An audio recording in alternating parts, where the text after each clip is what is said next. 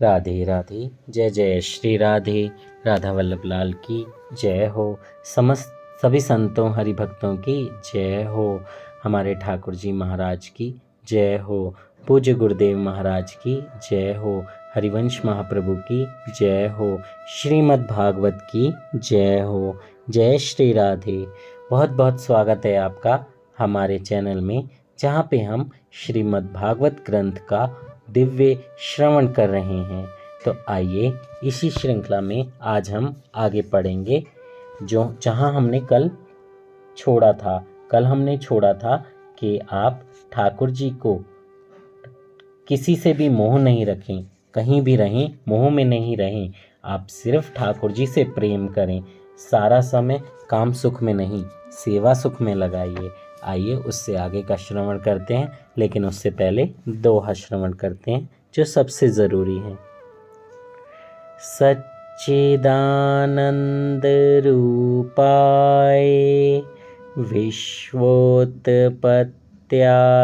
Hathaway तापत्रे विनाशाय श्री कृष्णाय वयं नुमः। जय श्री राधे। सभी सच्चिदानंद भगवान श्री कृष्ण को वंदन कीजिए, दंडवत प्रणाम कीजिए। जय श्री राधे। आज का विषय है उत्तम पाठ के 6 अंग। पहला विषय, उत्तम पाठ के 6 अंग हैं। मधुरता, स्पष्ट अक्षरोच्चार, पच्छेद का ज्ञान, धीरज, लय, सामर्थ्य और मधुर कंठ। पाठ शांत चित्त से करो, समझे बिना और अतिशय शीघ्रता से पाठ मत करो। आत्मदेव गंगा के किनारे आ गया, मानसी सेवा करने लगा, एकांत में बैठकर मन को एकाग्र करने लगा। चंचल मन को विवेक रूपी बोध से संभालो और ध्यानमग्न रखो। संकल्प विकल्प से मन को दूर रखो। मानसिक सेवा में मन की धारा अटूट रहनी चाहिए। ऐसी सेवा दिव्य होती है। उच्च स्वर से जप पाठ करने से मन एकाग्र होता है, निरोध होता है। आत्मदेव सतत भागवत ध्यान में तन्मय बने हैं। निवृत्ति में सतत सत्कर्म होना चाहिए और निवृत्ति में भी पाप प्रकट होगा। आत्मदेव दशम स्कंद का पाठ करते हैं। इसका नित्य पाठ करने से वह सचमुच देव बना। आत्मा परमात्मा से मिलती है तो वह देह बनती है। आज जीव और शिव एक हुए, जीव और शिव का मिलन हुआ। भागवत का जो आसरा ले वह भगवान बनता है, ईश्वर होता है। उसे परमात्मा अनेक बार अपने से भी बड़ा बनाते हैं। जय हो। अगला विषय है स्वरूप सेवा और नाम सेवा। जय हो। श्री परमात्मा के 2 स्वरूप हैं, एक अर्चना स्वरूप है और दूसरा नाम स्वरूप है। श्रीमद् भागवत भगवान का नाम स्वरूप है। सामग्री से जिसकी अर्चना हो, पूजा हो, वह अर्चना स्वरूप है। नाम स्वरूप के बिना स्वरूप सेवा फलवती नहीं होती है। स्वरूप सेवा ठीक तरह से भी होती नहीं है। उसका कारण यह है कि मन की शुद्धि नहीं है। मन की शुद्धि के बिना स्वरूप सेवा में आनंद नहीं आता। सेवक जब तक संसार के साथ भी संबंध रखता है, माया रखता है, और तब उसे उस स्वरूप सेवा का आनंद नहीं मिलता है। यदि सेवा करनी ही है तो संसार का स्नेह और मोह छोड़ना होगा। संसार के विषयों में स्नेह करो तो विवेक के साथ करो। अग्नि वैसे तो सब कुछ भस्मीभूत करती है, फिर भी उसका यदि विवेक पूर्वक उपयोग किया जाए तो अग्नि उपयोगी होती है। अग्नि ना हो तो मनुष्य का पोषण नहीं हो सकता। मनुष्य इस संसार में जब तक अपने शरीर के प्रति समान है तब तक वह इस संसार को छोड़ नहीं सकता। जो मन माया का स्पर्श करता है वह मनमोहन की सेवा में नहीं जा सकता। मन तो बार बार माया का विचार करता है, अतः वह मलिन होता ही है। नाम सेवा मन की शुद्धि करने के लिए है। जब तक स्वरूप सेवा में मन एकाग्र ना हो तब तक नाम सेवा करो। स्वरूप सेवा में आनंद नहीं आता क्योंकि मन चंचल है। अपना मन ईश्वर को छोड़कर बार बार विषयों की ओर जाता है। मनुष्य का मन संसार व्यवहार के साथ तो इतना तद्रूप हो जाता है कि जिसके कारण वह पाप करता है और उसे अपने पापों का भान भी नहीं रहता है। स्वरूप सेवा करते करते हृदय पिघले, आंखें गीली हों, आनंद हो और हृदय में सात्विक भाव जगे तो समझो कि सेवा सफल हो गई। हृदय की भावना बिना की गई सेवा फलवती नहीं होती। जीव शुद्ध होकर परमात्मा की सेवा करे तो ठाकुर जी प्रसन्न होते हैं। मन में अनेक जन्मों की मैल भरी होती है और स्वरूप सेवा में मन की शुद्धि अति आवश्यक है। मन शुद्ध नहीं है, परिणामतः स्वरूप सेवा फलवती नहीं होती है। मन को शुद्ध करने के लिए नाम सेवा की आवश्यकता है। मन की अशुद्धि नष्ट करता है। श्रीमद् भागवत कलयुग में नाम सेवा प्रधान है। श्रीमद् भागवत भी नाम का ही स्वरूप है। नाम ही ब्रह्म है, नाम ही परमात्मा है। इससे ज़्यादा क्या कहना है। नाम परमात्मा से भी श्रेष्ठ है। ईश्वर तो अदृष्ट हैं, उनके साथ स्नेह करना कठिन है। नाम स्वरूप तो स्पष्ट दिखता है। जिसका प्रत्यक्ष दर्शन नहीं हुआ उसके नाम को पकड़ोगे तो वह अवश्य दृष्टिगोचर होगा। ईश्वर का स्वरूप सबके लिए अनुकूल और सुलभ नहीं है, परंतु नाम स्वरूप सुलभ है। ज्ञानी पुरुष नाम में निष्ठा रखते हैं, वे नाम का आश्रय लेते हैं। नाम ही ईश्वर का स्वरूप है। श्री राम जी ने तो कुछ ही जीवों का उद्धार किया था, परंतु उनके बाद उनके नाम से अनेकों का उद्धार हो गया। श्री कृष्ण जी जब पृथ्वी पर विराजमान थे तब जितने जीवों का उद्धार हुआ था उसकी तुलना में उनके नाम से अनगिनत लोग संसार सागर को पार कर गए। बड़े से बड़ा पाप कौन सा है। ईश्वर के नाम के प्रति निष्ठा का अभाव। नाम साधन सरल है। श्रीमद् भागवत भगवान का नाम स्वरूप है। श्रीमद् भागवत का आश्रय ही नाम का आश्रय है। जो भागवत का आश्रय लेता है वह भगवान बनता है। आत्मदेव श्री भागवत का आश्रय लेकर दशम स्कंद का पाठ करता है। केवल दशम स्कंद के पाठ से ही उसे मुक्ति मिली थी। यदि संस्कृत का ज्ञान हो तो प्रतिदिन दशम स्कंद, विष्णु सहस्त्र नाम और शिव महिम स्तोत्र का पाठ करो। पाठ अर्थ के ज्ञान के साथ करो। अर्थ ज्ञान बिना किया पाठ अधम पाठ है। भगवान प्राप्त जल्दी नहीं होते हैं, वे जल्दी कृपा भी नहीं करते हैं, क्योंकि आप इसके लिए कष्ट सहन नहीं करते हैं। जीव कष्ट सहन करने से कतराता है। भगवान की कृपा के लिए दुख सहन करो। जो स्वेच्छा से कष्ट सहन करता है उसे यम कभी दुखी नहीं करते। आत्मदेव आसन लगाकर 10-12 घंटे बैठता था। आसन पर शांत चित्त से बैठो। ज्ञानियों को जो आनंद समाधि में मिलता है वह आनंद आपको भी कथा में मिलेगा। जिस लीला की यह कथा है वह प्रत्यक्ष ही हो रही है, ऐसा सोचोगे तो आनंद मिलेगा। सोचो कि मेरा मन ईश्वर से तदाकार हो गया है। दृश्य में से दृष्टि हट जाए और दृष्टा में स्थिर हो तो मन का निरोध होगा और आनंद प्रगटेगा। गोकर्ण को लगा कि धुंधुकारी का व्यवहार उसे भी विक्षेप रूप होगा, तो वह भी वन में जा बसा। इधर धुंधुकारी वैश्याओं को प्रसन्न रखने के लिए चोरी करने लगा। सूत जी सावधान करते हैं, जीव प्रत्येक इंद्रियों का स्वामी है, परंतु इंद्रियां जीव पर प्रभुत्व जमा लें और मनुष्य इंद्रियों के अधीन हो जाए तो जीवन कलुषित हो जाएगा। मन ईश्वर के साथ मैत्री करें तभी सुखी होता है। ईश्वर से अलग होने पर वह दुखी होता है। जीव मात्र मन सुखा है।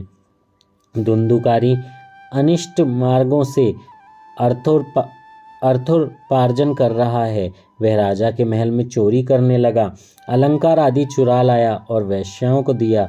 वैश्याएं सोचती हैं यदि यह जीवित रहेगा तो हम भी एक दिन पकड़ी जाएंगी। ऐसा होने पर राजा तो हमारा सारा धन छीन ही लेगा और दंड अलग से भुगतना पड़ेगा। तो इस धुंधुकारी को मार डालेंगे तो ही अच्छा रहेगा। ऐसा सोचकर उन्होंने धुंधुकारी को रस्सी से बांधा और उसके गले में फांसी का फंदा डाला। फिर भी धुंधुकारी मरता नहीं है। अति पापी की मृत्यु भी जल्दी नहीं होती।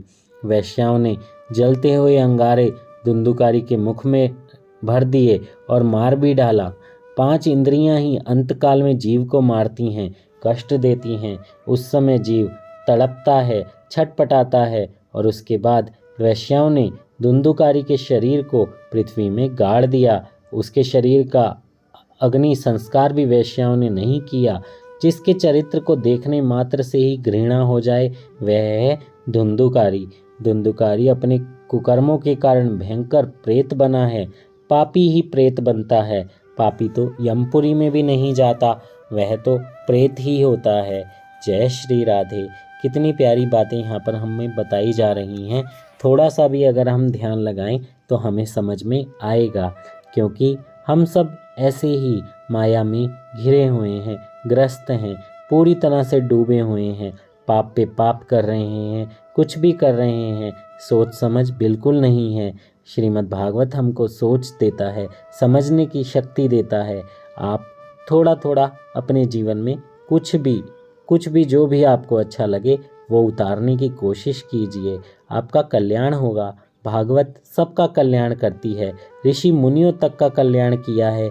हम तो फिर छोटे मोटे बच्चे ही हैं, हमारा भी कल्याण जल्दी हो जाएगा। आप कोशिश कीजिए तो ज़रूर कृपा होगी। जय श्री राधे। श्री हरिवंश। अगला टॉपिक है गया श्राद्ध की कथा। गोकर्ण ने धुंधुकारी की मृत्यु का समाचार सुना। वह गया जी गया और उसने वहाँ धुंधुकारी की श्राद्ध क्रिया की।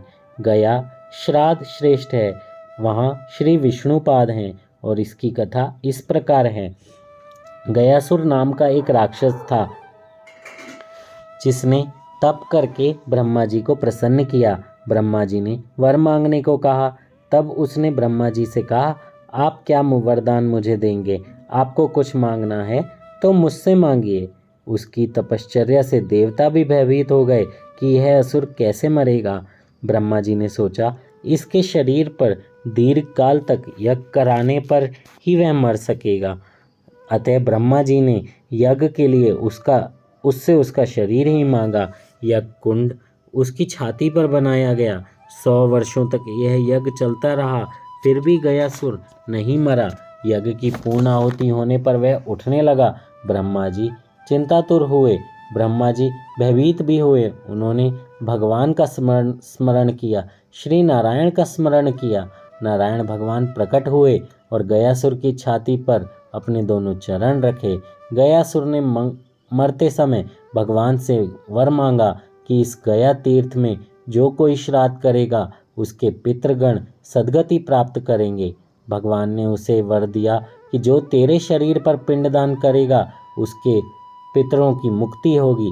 भगवान ने गयासुर को भी मुक्ति दी। भगवान के वरदान के कारण गया जी में पितृ श्राद्ध करने वालों के पितरों की मुक्ति होती है। गोकर्ण बाद में अपने घर लौटा। रात में उसने किसी के रोने की आवाज़ सुनी। मनुष्य पाप करता हुआ तो हंसता रहता है, पर पाप का दंड भुगतना पड़ता है तो आंसू निकल जाते हैं। एक ही माता पिता के पुत्र होने पर भी गोकर्ण देव बना और धुंधुकारी प्रेत। देव होना या प्रेत होना आपके अपने हाथों में है। गोकर्ण ने पूछा कि तू कौन है? तेरी ऐसी दशा क्यों हुई? तू भूत है, पिशाच है या राक्षस है?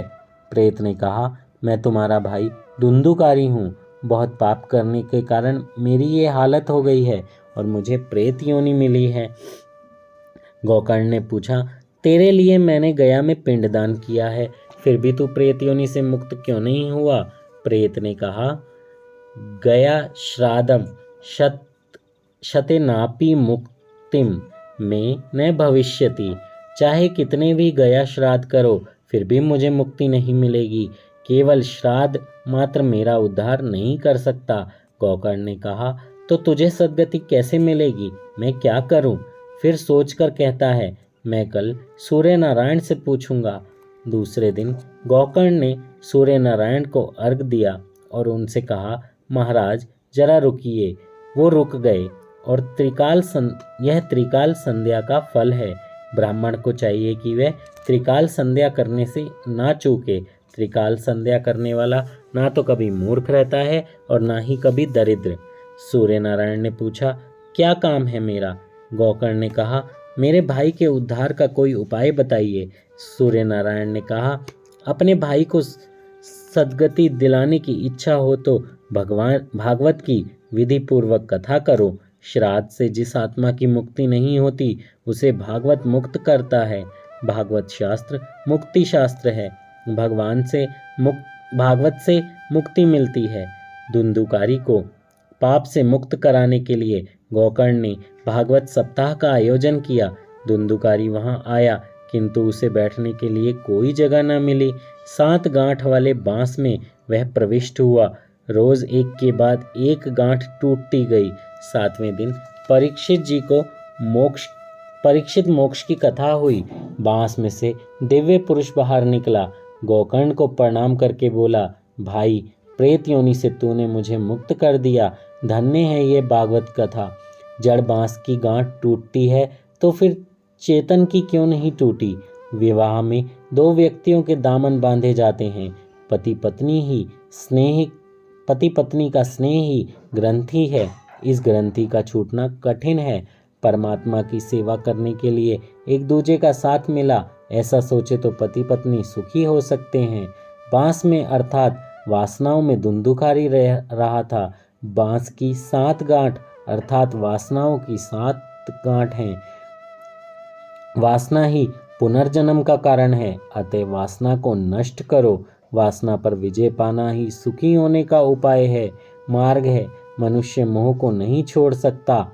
वासना अर्थात आसक्ति 7 प्रकार की होती है, यानी नारी की आसक्ति मतलब पति पत्नी की आसक्ति, पुत्र की आसक्ति यानी पिता पुत्र की आसक्ति, व्यावसायिक आसक्ति, द्रव्य की आसक्ति, कुटुंब की आसक्ति, घर बार की आसक्ति और गांव की आसक्ति। इन सभी आसक्तियों का त्याग करो।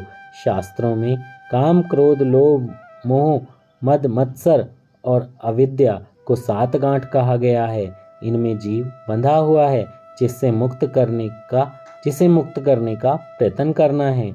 बांस वासना का रूप है। जीव वासनाओं में फंसा है। वासना से ही जीव में जीव भाव आया है। वह निष्काम से सकाम बना है। वासनाओं की ग्रंथि जब तक ना छूटे तब तक जीव भाव निर्मूल नहीं होता है। जय श्री राधे। श्री हरिवंश राधा वल्लभ लाल की जय हो। श्रीमद् भागवत की जय हो। भगवान श्री कृष्ण की जय हो। जय श्री राधे, जय श्री राधे। इससे आगे हम कल श्रवण करेंगे। कथा कहने में मुझसे कोई त्रुटि हुई हो तो मुझे क्षमा कीजिएगा। जय जय श्री राधे। और ये भागवत बहुत ही दिव्य कथा है। जल्दी से हम अब प्रथम स्कंद का श्रवण करेंगे। परसों से कल हमारा जो भागवत का महत्व है वो पूरा हो जाएगा। जय श्री राधे। श्री हरिवंश चैनल को सब्सक्राइब करें, शेयर करें और बेल आइकन भी दबा दें। राधे राधे।